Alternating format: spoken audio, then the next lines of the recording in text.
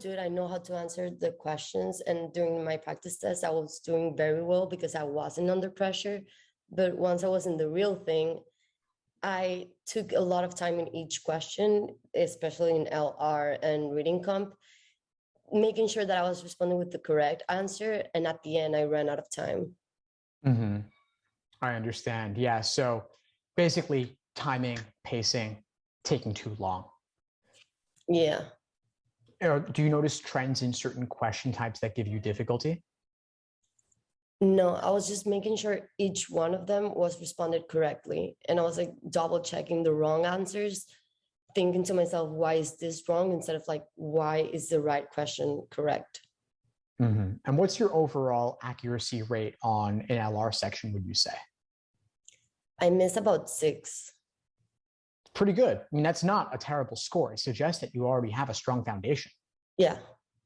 It's really rather just that you're getting difficult questions wrong because they're difficult.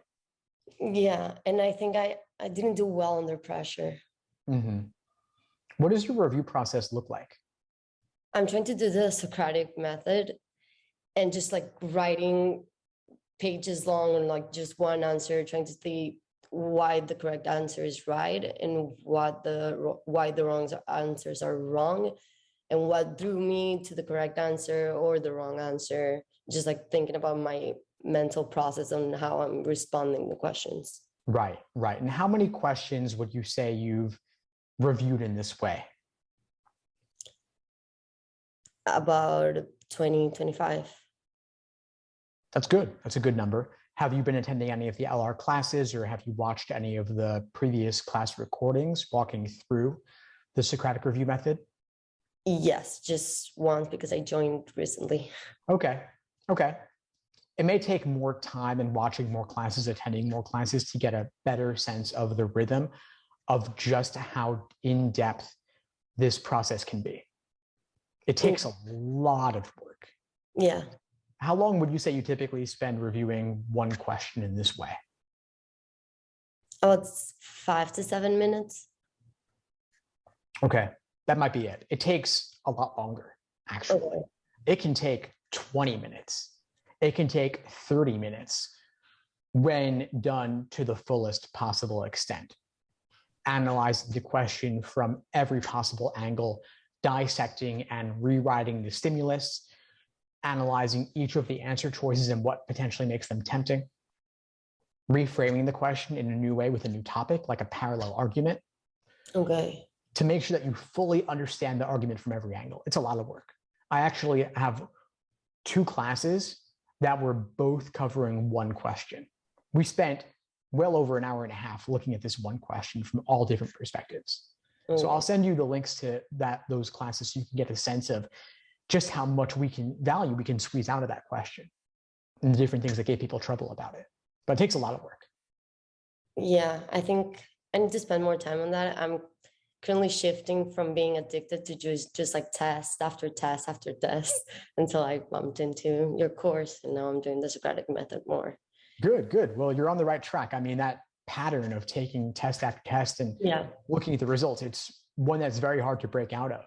And it ends up just with a lot of wasted time, a lot of practice material that you've burnt through without getting all the value. And so I'm glad that you've shifted to this approach. Let's just see how far we can take it. Yeah. And I have a question about reading comp, because there's a lot to keep in mind when reading the long passages. I know I have to read for structure. I have to keep an eye on viewpoints and the advocates, author's opinion. And I know you said not to highlight anything, but I end up reading it just like one way and I have to reread it looking for another thing. And I spend a lot of time into that. I understand. Yeah. So you're taking a lot of time reading the passage multiple times as you look for different things. Yes. Is this while you're going through the questions or just during your initial read? Initial read. And then when I look at the questions, I have to basically read the whole paragraph, which the question is referring to. Mm-hmm. Okay. So my suggestion would be that during your initial reads, you focus mainly on identifying the author's opinion. Okay. That's it. The author's main point is their opinion is the primary purpose, the reason that they wrote the passage. Aim to walk away simply with that, and then note where the details and the supporting examples are, so that you can go back and find them when you need them. Not by highlighting them, right? Just in my head. Exactly. Yeah, highlighting can take a lot of time, and on the online LSAT, the highlighting tool isn't that great. It doesn't work that precisely. So I wouldn't suggest using it much. Okay. Okay, because I was really trying to keep an eye on everything, like from the advocates, like strong words, strong evidence, and the different viewpoints. And I ended up just guessing on the fourth passage because I couldn't get there. But it was the shortest one at least.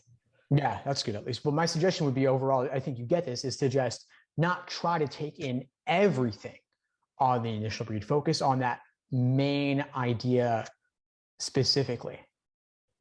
And then just note where the other things are so you can find them when you need to, when you're going back. But I wouldn't aim to digest everything on that initial read. It's too much. Okay. Okay. And I have about 4 weeks from now till the November one. I don't know what my strategy should be. Should I do like full test a week and then the rest of the days just reviewing them? I would say, yeah, 1 exam per week and review in depth. Possibly 2 exams per week. What's your schedule like non-LSAT related? What else do you have going on? I'm currently unemployed, just focusing on the LSAT and applications. That's great. You have the time to really make a lot out of this process. So then I might say just doing 2 exams a week and reviewing in depth. And then attend the classes on LR in particular, watch the class recordings on LR, if that's your main area. Also take a look at some of the reading comp deep dive classes if reading comp is an area that you want to spend a bit more time on. No, yeah, reading comp is my worst area. LR is the most frustrating one because I know all the basics. I know how to respond to questions if I have time, which I don't. And that's the thing. Yeah. And I have to do my writing example in sometime soon. Do you have any recommendations for that? Yeah. So for the writing sample, I definitely wouldn't worry about it for now. Focus on the scored portions of the LSAT. They're far more important. As for the writing sample, maybe do a practice 1 or 2. You don't need to spend much more time on it than that. And just aim to state your chosen side as clearly as possible. And lay out, but also acknowledge its weaknesses. So a balanced presentation. Should I make it like 2 or 3 paragraphs? I would probably suggest 4. A very simple structure would be intro summarizing everything, conclusion summarizing everything, where in both of those you state that you're choosing one option over the other and the reasons why, very briefly. Like you have competing priorities or competing interests, but then you're choosing to value one more highly over the other. And then in your body paragraphs, you acknowledge the strengths of your side, the weaknesses of the other, and then the weaknesses of your side and the strengths of the other, but then conclude that the strengths of your side outweigh the weaknesses. Okay, and should I mix them, like both the sides in one paragraph, or just focus like 1 paragraph on the strengths and the weaknesses of that option and why should we pick that option? Or just like kind of talking about both interchangeably? Like, I would probably talk about both interchangeably, but that isn't as important as just being as clear as possible about what you're choosing and why. Okay. Yeah, I'm a little nervous about that. I get that. I mean, do 1 or 2 of them and you'll be fine. And I have some recordings in the course covering the writing sample as well. Okay. Like full-length class recordings where we walk through writing samples. Okay. Yeah, I will take a look before I do the writing example. And I don't know why, because I know the difference, but I struggle between recognizing the necessary versus the sufficient theme. I know where they ask me directly, but I don't know how to recognize necessary versus assumption in a passage where it's not clearly stated. It's based on the wording in the question stem. So necessary assumption questions have words and phrases synonymous with necessity, like depends upon, requires, and assumes.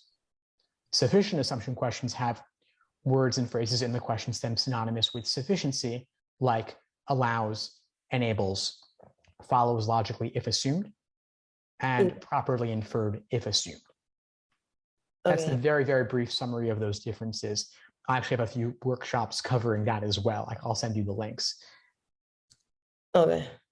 Okay, no, but like, yeah, but what I mean, it's in the passage. I don't know which one is necessary. Oh, you mean conditions? Yeah, exactly, conditions. Okay, so for conditions, there's indicator words that we cover in the foundational section of the course. I would make sure that you drill the indicator words and know them inside out. Yeah. And then you ask yourself which one is requiring the other. Okay, yeah. Because I have a list of your vocabulary and it's long and I try to like remember it, but it's hard work. This is one of the few things that I would drill or make flashcards about. Okay. And would you suggest while like practicing LR, should I like highlight the vocabulary, like strong words, to keep an eye on them on the real test? Like train my mind to keep an eye on those keywords. Yeah, you want to know them like you know any words that you use in everyday life. Yeah. Like you want to be not like you drill them at first till you memorize them, but then it should be that you could come up upon them in any context and you just know them. Yeah. No, I mean like when they use everyone, all, or like strong words are definitive to the answer. Mm-hmm. And that I didn't know that it was that important in the answer. When they say all and then you have an answer that says none, because it's like the opposite. That's sometimes why I struggle, because I used to pick up answers that would say most when the stem is about all of them, and most is not like the opposite or the same as all. Yeah, you're right that those are important words to pick up on. And so most is like a quantity word as well. Yeah. So I would make sure that you're good in all the quantity words like few, some, many, most, all, several, everything like that, because it does affect the degree of strength. Exactly. So now I'm reading mostly trying to recognize those words, but then I miss on other things. So it's like a lot to keep in mind while reading these passages in LR and in reading comp. Yeah, nice. Okay. So yeah, I think that answers my questions. This is really helpful. Great. Of course, my pleasure. Well, I'll send you those links that I mentioned. Feel free to reach out if you need anything at all moving forward. I'm happy to help. Thank you so much. Of course. Have a good one. You too. Thanks for tuning into the show. Please subscribe if you haven't done so already to be notified of new episodes as I release them. And feel free to reach out if you need anything at all as you move forward with your prep. I'm happy to help however I can. In the meantime, I wish you all the best and take care.